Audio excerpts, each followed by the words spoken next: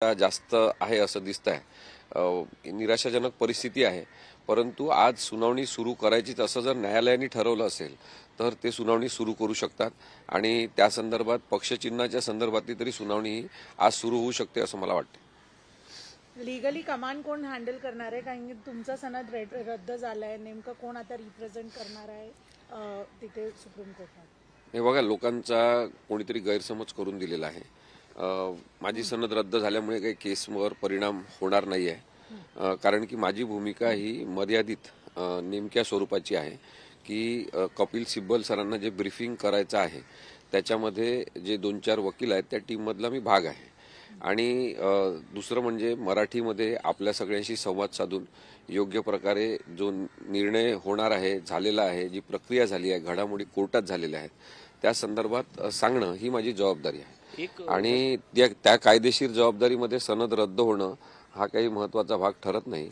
सनद रद्द झाल्यामुळे केवळ मी इथे बँड लावून कोर्टामध्ये युक्तिवाद करू शकत नाही किंवा एखादं वाक्य म्हणायचं असेल, काही बोलायचं असेल ते बोलू शकत नाही, परंतु बाकी सगळे कामं जबाबदाऱ्या म्हणून कायदेविषयक आवश्यकतेच्या म्हणून मी करू शकतो। सर, एक मुद्दा या सगळ्या केसमध्ये आहे, इलेक्शन कमिशनच्या निर्णयाचा आधार घेतलेला आहे। आमदार अपात्रता असो, शिवसेना पक्षचिन्ह असो, प्रत्येक ठिकाणी इलेक्शन कमिशनचा निर्णय जो आहे तो महत्त्वाचा ठरलेला आहे। त्यामुळेच अगोदर आमदार अपात्रता प्रकरण की पक्ष आणि चिन्ह प्रकरण, म्हणजे दोन्ही पक्षांच्या बाबतीमध्ये अपात्रतेच्या प्रकरणाबद्दल आपल्याला विचार करायचा असेल तर आपण हे बघितलं की त्या विधानसभेचा कार्यकाळ पूर्ण करून नवीन विधानसभा अस्तित्वात आलेली आहे।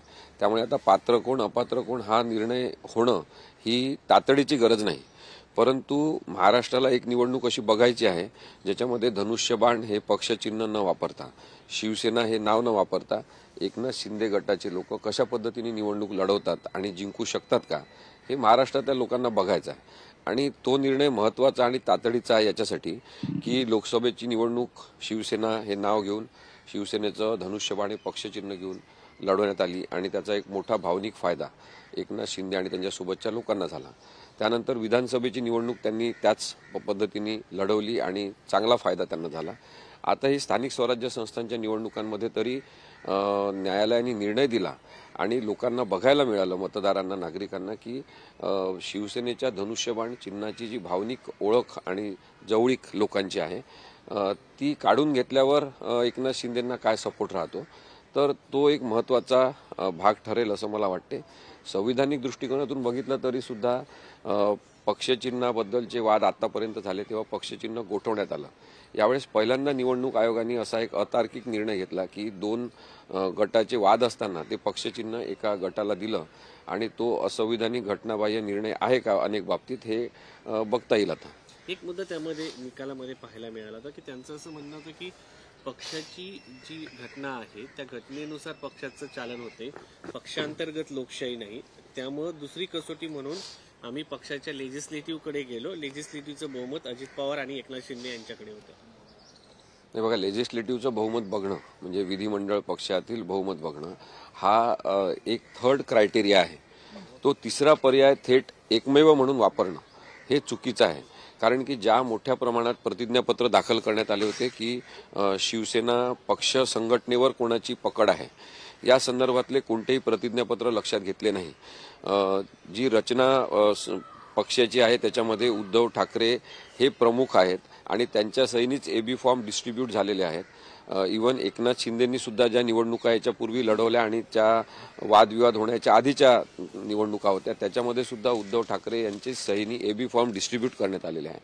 त्याच्यावरून अगदी दिसणारं ढळढळीत सत्य आपल्यासमोर येते की ते पक्षाचे प्रमुख आहेत, त्यामुळे त्यांचाच पक्षावर होल्ट आहे आणि तशा वेळेस ते सगळे क्रायटेरिया बाजूला ठेवून केवळ विधिमंडळ पक्षातलं बहुमत बघणं याच्यामध्ये निवडणूक आयोगाने कायदेविषयक खोडसाळपणा केलेला आहे आणि तो कोणाच्या दबावाखाली जर केला असेल तर तो उघड झाला पाहिजे, यासाठीच हे अपील दाखल करण्यात आले। यापुढे सर्वोच्च न्यायालयाच्या या केसमधून पक्ष आणि चिन्ह नक्की कुणाचं ठरवायचं याचे निकष या केसमधून समोर येतील असं वाटतं का?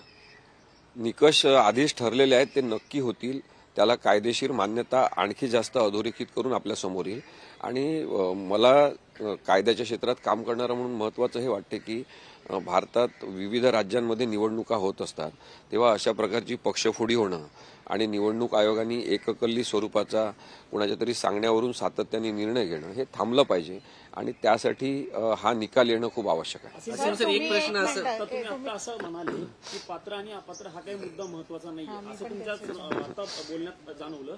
पण ज्यावेळी मागच्या सुनावणीला पक्ष आणि चिन्हाची सुनावणी झाली होती त्याच्या दुसऱ्या दिवशी कपिल सिब्बलांनी हे प्रकरण मेन्शन केलं आणि त्याची गरज किती आहे कपिल सिब्बलांनी आणि कोर्टाला म्हणूनच सांगण्याचा आज हे प्रयत्न एकत्र केला. म्हणूनच येण्याचं कोर्टानं आज ते प्रकरण मेन्शन केलं. म्हणजे एकीकडे तुम्ही म्हणताय ती गरज नाहीये आणि कपिल सिब्बलांचं युक्तिवाद, या दोन्ही नाही, पात्र अपात्रतेचे प्रकरण आणि हे पक्षचिन्हाचं एकत्रित चालण्याची आवश्यकता याच्यासाठी कपिल सिब्बल सरांनी सांगितली.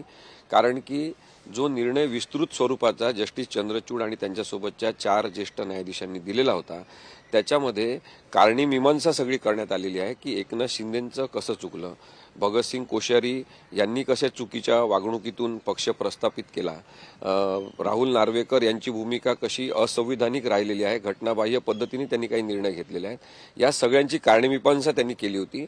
आणि 10व्या परिशिष्टाअंतर्गत हे पक्षांतर बंदीचं प्रकरण असल्यामुळे राहुल नार्वेकरांकडे पाठवलं होतं. केवळ त्यांनी बऱ्याचशा गोष्टी जवळपास निकाल लावलेल्या स्वरूपात नमूद करण्यात आल्या होत्या. म्हणून हे एकत्र सुनावणीसाठी घ्यावं, त्याच्यावरून जे न्यायनिर्णय प्रक्रियेतून काही वक्तव्य न्यायालयाने केलेले आहेत त्याचा फायदा या पक्षचिन्हाच्या संदर्भात निर्णय घेताना होऊ शकतो आणि न्यायालयाचा महत्वाचा वेळ वाचू शकतो.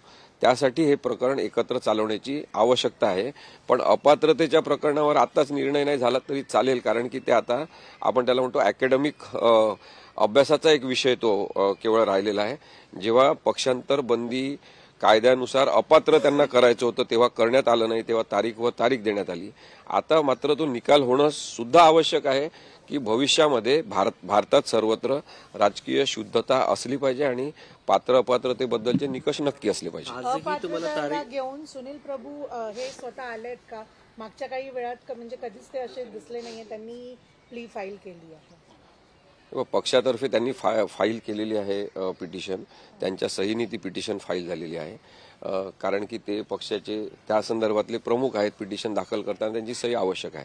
ते दिसले नाही याचा अर्थ ते नाही आहेत असं नाही. एकत्रितपणे ज्या मीटिंग होतात त्याच्यामध्ये निर्णय घेतले जातात आणि जसं दिल्लीतलं कामकाज सगळं न्यायालयीन कामकाज बघण्याची जबाबदारी खासदार अनिल देसाई यांच्यावर देण्यात आलेली आहे. त्यामुळे ते अनेकदा हजर असतात, ते लक्ष ठेवून असतात आणि त्यांचं असणं हे पक्षाच्या प्रतिनिधी ते पक्षाचे म्हणून महत्वाचं. आज जर याची हिअरिंग झाली तर काय टाइम टेबल येऊ शकतं? शिवसेना पक्षाला साधारण किती दिवस याचा युक्तिवाद करायची आहे? कारण मागच्या वेळेस या संदर्भात भाष्य करण्यात आलं होतं.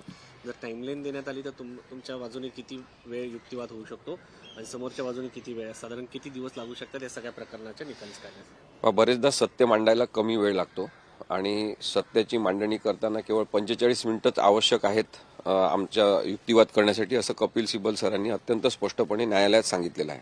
आता ज्यांना असत्य सांगायचं असते न्यायालयामध्ये, याच केसमध्ये नाही सगळ्या केसमध्ये असं होते की असत्य सांगायचं असते. आपण जीवनामध्ये तेव्हा पाहतो की खूप गोलमटोल काहीतरी फिरवून वगैरे आपल्याला ते सांगायचं असते आणि ते दुसऱ्यांना पटवून देण्यासाठी सतत प्रयत्न खूप जास्त करावे लागतात. त्यामुळे त्यांना कदाचित जास्त वेळ लागेल असं त्यांनी तेव्हा सांगितलं होतं की प्रत्येकाला 1-1 दिवस लागेल. तरी न्यायालयाने हे मान्य केलं की 45 मिनिटं तुम्ही घ्या आणि बाकीच्यांना किती वेळ लागेल ते युक्तिवाद आपण सुरू करू असं सांगितलं. माझी अपेक्षा आहे की आज 2 वाजेपर्यंतच कामकाज असल्यामुळे निदान याच्यावरची सुनावणी सुरू झाली पाहिजे.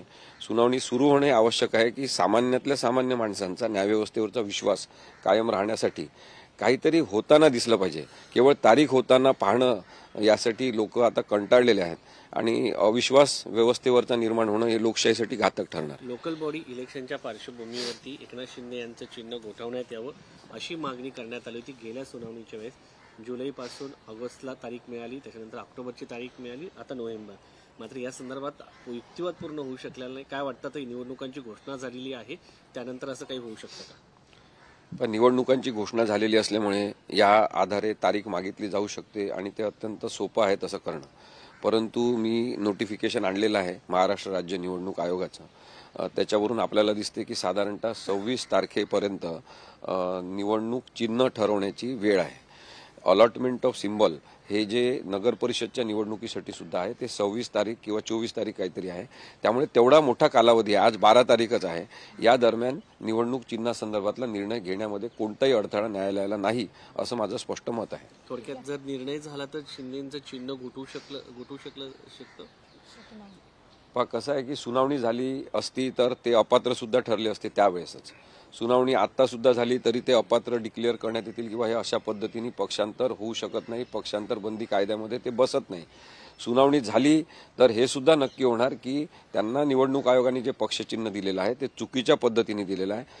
निवडणूक आयोगाने चुकीचे अन्वयार्थ काढून कायद्याचा गैरवापर केलेला आहे हे सुद्धा होईल आणि त्यांचं चिन्ह काढून घेण्यात येईल.